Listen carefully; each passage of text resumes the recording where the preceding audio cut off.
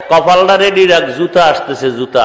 মামুনুল হক, আপনাকে আবারও বলছি, কথা সামনে বলবেন। আপনারা বুড়িগঙ্গার ধারের কাছে আইসেন, খান আমরা মোটকে দিব। কি ভাবতেছো? কি স্বপ্ন দেখতেছো? এই দেওবন্দি তাবলিগ চরমনাই কওমিকে মাইনাস করে যদি স্বপ্ন দেখো, 1000 কোটি বছর এই স্বপ্নই অন্ততই বাংলাদেশে পূরণ হবে না। লিখে রাখ, লিখে রাখ ভালো করে। আর যদি তওবা করিয়া মোটামুটি ভালো হইতে পারো চরমনাই গিয়া, তাবলিগে গিয়া, তা তো আর কায়দা নাই, কারণ চরমনাই তোর চোখের দুশ্মন, কওমি মাদ্রাসা তোর দুশ্মন, তাবলিগ দুশ্মন, দেওবন্দিরা দুশ্মন। ভালো হবি কসু। এটি হলো মানুষ গড়ার ফ্যাক্টরি, এটি আদর্শ শিখার মার্কাস। আর তুই করো বিরোধিতা, তো ভালো হবি তুই কসু। মানুষ হওয়ার ফ্যাক্টরি এই সমস্ত এই মার্কাস গুলো। কোন বাপের বেড়া থাকলে দাঁড়ায় বল, তাবলিগে গিয়া, চরমনাই গিয়া, দেওবন্দিয়াতের মার্কাজে গিয়া কোন টুপিওয়ালা টুপি ছাইরে দিছে, নামাজি নামাজ ছাইরে দিছে, এরপরে পর্দাওয়ালা পর্দা ছাইরে দিছে, কত? বুকের পাড়া শক্ত থাকলে দাঁড়া। যদি দেখাইতে না পারো তাহলে নির্লজ্জের মতো থতমা লড়ায় কখনো বিরুদ্ধে কথা বলবি না। মুনাফিক। বরং লক্ষ লক্ষ লক্ষ লক্ষ বেনামাজি নামাজি হয়েছে এদের মেহনতে। কথা ঠিক? বহু ডাকাত ডাকাতি ছেড়ে আল্লাহকে ধরেছে, প্রমাণ আছে না নাই? বিরোধিতা কেন? এই চরমনাই, এই তাবলিগ কত মেহনত করে দাড়িবিহীন মানুষটাকে দাড়িওয়ালা বানায়, পর্দাবিহীন লোকটাকে পর্দাওয়ালা বানায়। কথা ঠিক? তুমি সমালোচনাকারী কয়জন রে টুপিওয়ালা বানাইছো একটু দেখাও, কয়জন রে দাড়িওয়ালা বানাইছো দেখাও, কয়জন সুদখোরের নামাজি বানাইছো দেখাও। তো তুমি বিরোধিতা করো কেন? তোমার লজ্জা শরম শেষ? তোমার লজ্জা লাগে না? বনি আদম বড় দামি, আল্লাহর কাছে কেমন দামি বলে সমস্ত মাখলুকতের কাছেও দামি। এই মানুষের মতো সম্মানিত জমিনের মধ্যে কোনো প্রাণী নাই। এই মানুষের মতো যেমন দুর্বল আর কিছুই নাই, এই মানুষের মতো সম্মানিত প্রাণী আর জমিন ও আসমানের মধ্যে কিছুই নাই। এত বড় দুর্বল হইয়া মানুষটা কেন দামি হলো? কারণটা কি? বলে মানুষের মধ্যে যে আছে এই জিনিসটা অন্য কোনো মাখলুকতের মধ্যে নাই। বলে একটা ফেরেশতা কত দামি, কোনো গুনাহ করে না, এরপরও ফেরেশতা আল্লাহর কাছে দামি না, অথচ গুনাহগার বান্দা আল্লাহর কাছে দামি। কারণটা কি? বলে ফেরেশতারা গুনাহ করবে কি দূরের কথা, গুনাহ করার মজাটাই তো বুঝে না। গুনাহ কি জিনিস বুঝার ক্ষমতা ওই ফেরেশতার মধ্যে নাই। আবার এই জমিনের মধ্যে পশু যত প্রাণী আছে, চতুষ্পদ জন্তু, এদের মধ্যে গুনাহ করার মজা আছে, মজা বুঝে, কিন্তু সাজা এরা বুঝে না। আর মানুষের মধ্যে আল্লাহ গুনারও মজা বুঝার তৌফিক দান করেছেন। আবার বান্দা শাস্তিরও ভয়, শাস্তি কেমন তাও বুঝতে পারে। এই জন্য আল্লাহ বলেন, মানুষ গুনার মজা পাইয়া শাস্তির ভয়ে যারা গুনাহ ছেড়ে দিবা, তোমরা পশু নয়, তোমরা ফেরেশতা নয়, তোমরা গোটা মাখলুকতের মধ্যে বড় দামি। সারা দুনিয়ার মাখলুকত তোমাদের গোলাম, তুমি বড় দুর্বল বান্দা, তোমার এত দাম। ঘরের মধ্যে শিশু বাচ্চা, বাবা বিদেশের ঘরে চাকরি করে 8 বছর পরে বাড়িতে আসছে, অনেক সরঞ্জামাদি নিয়ে আসছে, অনেক শপিং করে আসছে, যত কাপড় চুপড় নিয়ে আসলো, বাবা এর মধ্যে আকর্ষণ হলো গজবের মোবাইল নিয়ে আসছে 3টা, স্ত্রীর জন্য একটা, নিজের জন্য একটা, আর একটা আনছে তার বাবার জন্য। নিজের মোবাইলটা 90,000 টাকা দাম, স্ত্রীর মোবাইলটা 60-55,000 টাকা দামের। সব গাট্টি ঘরের মধ্যে রেখে বাবায় যখন আসলো, ছোট বাচ্চা বড় সন্তানও খুশি। 8 বছর পরে বাবার চেহারা দেখলাম। এখন সন্তান মোবাইলের বক্স দুইটা টি টেবিলের মধ্যে বাবায় রাখছে, নজর রাখছে। বড় সন্তানটা গিয়া মোবাইলের বক্সটা ধরলো, ইনটেক করা, ধরা মাত্র বাবার চোখ গরম দেখলো। চোখ গরম দেওয়ার পরে সন্তান অন্য রুমে গিয়া অভিনয় করে, কান্না করে, অভিমান করে। 8 বছর পরে বাবার সাথে মোলাকাত আমারে কেন চোখ গরম দিল, কান্না করে। বাবায় ধমক দিয়া মোবাইলটা টি টেবিলে রেখিয়া বাবায় চলে গেল ফ্রেশ হওয়ার জন্য বাথরুমে। এই যে শিশু বাচ্চাটা ঘরের মধ্যে ছিল, তো দামি মোবাইলটারে একা একা খুলছে, খুলে ডারে বালতির পানির ভিতরে ভিজাইছে। ভিজাইয়া উঠাইয়া আবার ফ্লোরের মধ্যে এমন জোরে একটা বাড়ি মারছে, ভেঙ্গে চুরে 90,000 টাকা চুরমার হয়ে গেল। বাবায় বাথরুমের দরজা খুইলা তাকায় দেখে সর্বনাশ। কামকে করলো কই শিশু বাচ্চা। বাবা এখন চোখ রাঙ্গায় না, শুধুমাত্র এক নজরে তাকাইল। বাচ্চাটা বাবার চোখের চাহনি দেখিয়া চোখের পানি ছেড়ে কান্না শুরু করলো। কেমন যেন চুম্বকের মতো আকর্ষণ। বাবা হাত দুইটা বাড়াইয়া সন্তানের কোলের মধ্যে নিয়ে, আব্বু কাঁদিস না, তোরে কিছু বলি নাই। বড় সন্তান মোবাইলের বক্স ধরলো, প্যাকেট ধরলো, ধমক দিল, চোখ রাঙালো। আর ছোট বাচ্চাটা 90,000 টাকার মোবাইলটা ভেঙেই ফেললো। এরপরও বাবায় বলে কিছুই বলি নাই, কাঁদবি না। কারণটা কি রে বাবা? বড় সন্তানের থেকে ছোট সন্তানের প্রতি মায়া বেশি। কেন? বড়টার থেকেই ছোট বাচ্চা বড় দুর্বল। আল্লাহ তাআলা বলেন মানুষ বড় দুর্বল, এই জন্য আমি এই বান্দাটারে বড় আদর করে বানিয়েছি। এর শরীরটা বড় দুর্বল, এর হাত বড় দুর্বল। একটা আঘাত যদি হাতের মধ্যে লাগে, হাড্ডিটা ভেঙ্গে যাবে। জোড়া হাড্ডি আর কোনোদিন সুন্দরভাবে আর ভালো হবে না। মানুষ তুমি এতটাই যে দুর্বল, একটা পিপিলিকার কাছে, একটা গাভীর কাছে, সমস্ত দুনিয়ার মাখলুকতের কাছে দুর্বল। আল্লাহ কয়, এই দুনিয়ার মাখলুকত, সূর্য তোমার পাওয়ার আছে, খবরদার, তবে আমার বান্দার উপরে এত পাওয়ার দিবি না যে বান্দা আমার কষ্ট পাবে। এই দুনিয়ার মাখলুকত, তোমাদের এত পাওয়ার, অনেক শক্তি, তবে তোমার এত সম্মান নাই। দুর্বল বান্দাটারে আমি আল্লাহ যে মোহাব্বত করি, ওই মোহাব্বতের কারণে তোমরাও তাদেরকে সম্মান করবা। সম্মান করার কারণে সমুদ্রের ভেতরে জাল মাছ ধরার জন্য জেলেরা যখন যায়, 500 হাত পানির মধ্যে যখন ইলিশ মাছের জালটা ফালায়, মাছ যদি মেজাজটা গরম করে, একটা মাছও জালে আটকায় যাবে না, মানুষ খেতে পারবে না। বড় বড় বড় বড় মাছগুলো বান্দার হাতে ধরা খায়। যখন বান্দা হাতটা দিয়ে ধরে, মাছটা আস্তে করে দুর্বল হয়ে যায়। কারণটা কি? আল্লাহ কয়, বনি আদম বেয়াদবি করিয়া ধ্বংস হয়ে যাবি না। গাভীর দুধ দহন করে আমরা ঘরের মধ্যে নিয়ে যাই। গাভী যদি মেজাজটা গরম করে আর একটা করে লাথি দেয়, কোন বনি আদমের ক্ষমতা নেই এক ফোঁটা দুধ দহন করে ঘরে নিয়ে যাবে। আল্লাহ কয়, এই গাভী খবরদার, আমার বনি আদমের সাথে বেয়াদবি করবি না। আল্লাহ তাআলা বলেন, এরে বান্দা, তুমি এতটাই যে দুর্বল, তোমার মতো দুর্বলের জমিনের মধ্যে কোনো প্রাণী নাই। তবে তোমার সম্মান সবার থেকে বেশি। সারা দুনিয়ার মধ্যে মানুষের মতো দামি যেমন কেউ নাই, আবার এই মানুষের মধ্যে যারা ঈমানওয়ালা তারা আরো দামি। ঈমানওয়ালার মধ্যে যারা আমলওয়ালা তারা আরো দামি। আমলওয়ালাদের ভিতরে যারা তাকওয়াওয়ালা তারা আরো দামি। তাকওয়ার চূড়ান্ত পর্যায়ে আছেন আম্বিয়ায়ে কেরাম, তারা আল্লাহর কাছে আরো দামি। আর গোটা মাখলুকতের মধ্যে, সব মাখলুকতের মধ্যে একমাত্র আমার নবী রাহমাতুল লিল আলামিন হলেন দামি। আর নবীদের উম্মতের মধ্যে আমরা নবীর উম্মতের আবারও দামি। আর আমরা মুহাম্মদের উম্মতের মধ্যে যারা কোরআনওয়ালা, আলেম ওলামা, তাকওয়াওয়ালা তারা আরো দামি। আমাদের এত দাম শক্তির কারণে না, আমাদের মেধা বেশি এই জন্য না। কারণ আল্লাহ বলেন, এ বান্দা, তোর কোনো শক্তি নাই, একটা পিপিলিকার কাছেও তুমি দুর্বল, তোমার কোনো শক্তি নেই।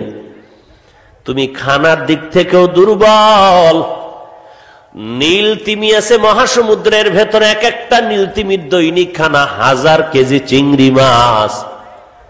বান্দা তুমি কি পরিমাণ 3 বেলায় খেতে পারো? তাও তো পারো না। খানেওয়ালা মানুষ তো এখন জমিনেই নাই। 10 জনের খানা একা খাইতো, এরকম মানুষ ওই জমিনে ছিল, এখন নাই।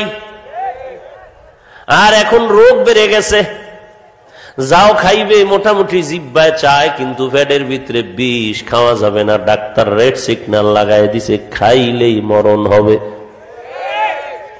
খানার ভিতরে আমরা কতটাই যে দুর্বল, মেধার দিক থেকেও বড় দুর্বল। বড় ইঞ্জিনিয়ার সাহেব একটা বিল্ডিং বানাইছেন 5 তলা। ঢাকার বুয়েটের ইঞ্জিনিয়ার এসে বলে বিল্ডিং এর মাপে জোপে বাঁকা আঁকা বাঁকা আছে, থিওরির মধ্যে ভুল আছে, এই বিল্ডিং তাড়াতাড়ি ভেঙ্গে নতুন করো। আল্লাহ কয় আমি কেমন ইঞ্জিনিয়ার বানাইছি, মৌমাছির ইঞ্জিনিয়ার করে পাঠাইলাম। টাকায় দেখ, আমেরিকার মৌমাছি বাংলাদেশের মৌমাছি কি সুন্দর করে বাসা বানাইছে। এমন সুন্দর একটা বিল্ডিং বানাইলো, এদের বেডরুম আলাদা, ড্রয়িং রুম আলাদা, ডাইনিং আলাদা, বাথরুম আলাদা, আবার মধু রাখার বোতলগুলো আলাদা রাখছে। সব মধুর বোতলের মুখ খোলা নিচের দিকে। 20 কেজি মধু ওই বাসার মধ্যে থাকে, একটা ফোঁটা মধু কখনো গড়ায় জমিনে পড়ে না।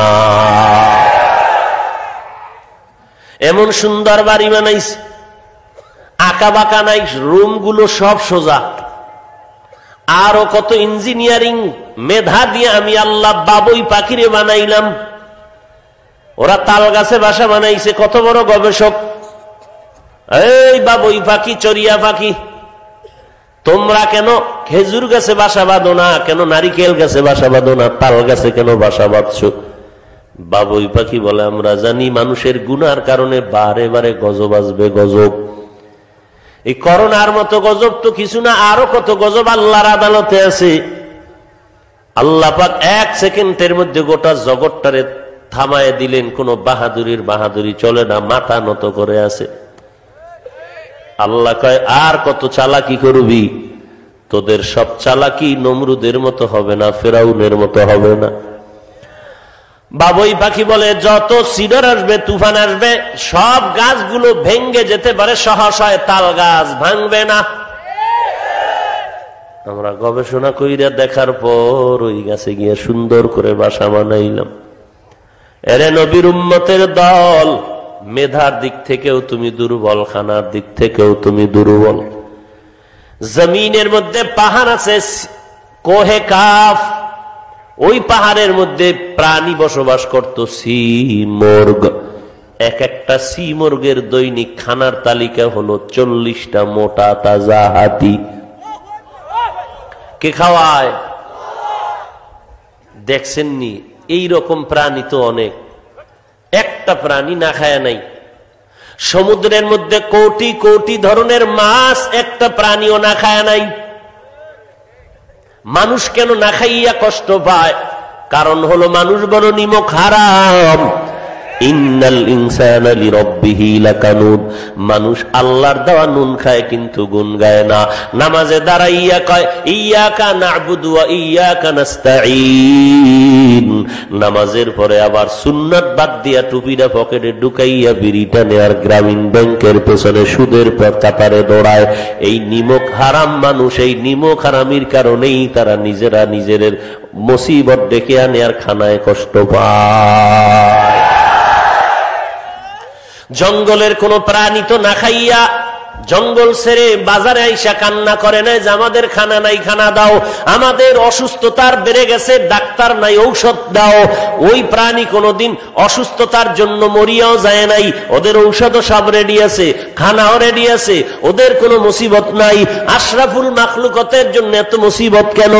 আল্লাহর মোহাব্বতের বান্দা, নবীরা বার উম্মত, রাহমাতুল লিল আলামিনের উম্মত হওয়ার পরে এত বিপদ কেন? একমাত্র কারণ হলো মানুষ নিমক হারামি করে। কেমন নিমক হারাম? সন্তান হইয়া মা বাবার সাথে নিমক হারামি করে, মা বাপ হইয়া অনেক সময় সন্তানের সাথেও করে, ভাই ভাইয়ের সাথে নিমক হারামি করে, বন্ধু বন্ধুর সাথে নিমক হারামি করে। স্বার্থে আঘাত লাগলেই মুনাফিকি করেনি। ইমামের পেছনে নামাজ পড়ে, বাইরে গিয়ে আবার সেই ইমামের বিরোধিতা করে, আছে না নাই? জানাজা পড়াইছে বাবার সেই ইমাম আমার বাবার জানাজা পড়াইলো, ইমাম সাহেব আমার মায়ের জানাজা পড়ালো, আবার সেই মুসল্লি বাইরে গিয়ে ইমামরে গালি দেয় স্বার্থের টানে। ইমাম কেরাত লম্বা লইল কেন? জবাব দিতে হবে মুনাফিকের কাছে। ইমাম সাহেব মোনাজাতটা বড় করলো কেন? জবাব দিতে হবে সুদখোরের কাছে, আছে না নাই? করোনা এমনি আইছে নি, আমাকে হুজুরগো কারণে আইছে না? বেয়াদব কোথাকার, আমাকে হুজুরদের কারণে আইছে না? তা তুই যে বিড়ি টানো আর সুদ খাও, তোর কারণে কি আইব? নির্লজ্জ। ইয়া আইয়ুহাল্লাযীনা আমানুস্তাঈনু বিস-সাবরি ওয়াস-সালাহ। আরে বান্দা তুই বড় দুর্বল, এই দুর্বলটারে লই আবার টানাটানি করে তিনজনে। মরাডারে মারো কাকা, লরে কা, তিনজনে টানে এই দুর্বলটারে। কয়জনে টানে? কই টানে? জাহান্নামে নেওয়ার জন্য। কোথায়? এক নাম্বার টাননেওয়ালা শয়তান হলো জিন শয়তান। কি এই ভালো পরামর্শ দেয় জান্নাতে যাওয়ার। আর একটা শয়তান হলো নফস শয়তান। কয়টা হইল? এই দুইটার থেকে আরো বড় এক শক্তিশালী শয়তান হলো মানুষরূপী শয়তান। কেমন শক্তিশালী জানেন? জিন শয়তান, নফস শয়তান জিকির করলে ভাগে, কোরআন শুনলে ভাগে, তেলাওয়াত শুনলে ভাগে, আজান শুনলে ভাগে।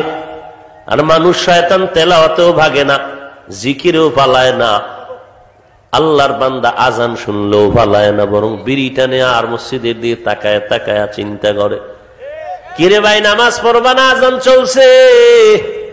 বলে কবরের চিন্তা অস্থির, নামাজ পড়ব কখন? আর কিছু নির্লজ্জ বান্দা আছে, কয় হুজুর নামাজ কি পড়ব, আমার শরীর তো ঠিক নাই। কি নাই? শরীর ঠিক নাই। জিজ্ঞান লাগতো তুই পুরুষ না হিজলা। এরপরে যদি কষা ইমাম সাহেব কয় শরীর খারাপ লইয়াই ঢুকতে হইব, নাইলে বাইরে সাইজ করুম। পরে কয় হুজুর আমার কাপড়ই ঠিক নাই, পোশাক ঠিক নাই। কেতনা বড় ইতার হইলে এইরকম বেহায়ার মতো কথা কয় ইমামের লাগে, লজ্জাও করলো না। তুমি কি শিশু? তোমার কাপড় খারাপ।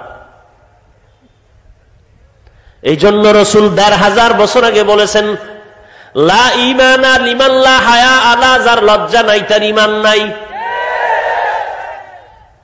আজকে লজ্জা না থাকার কারণেই তো এই অবস্থা।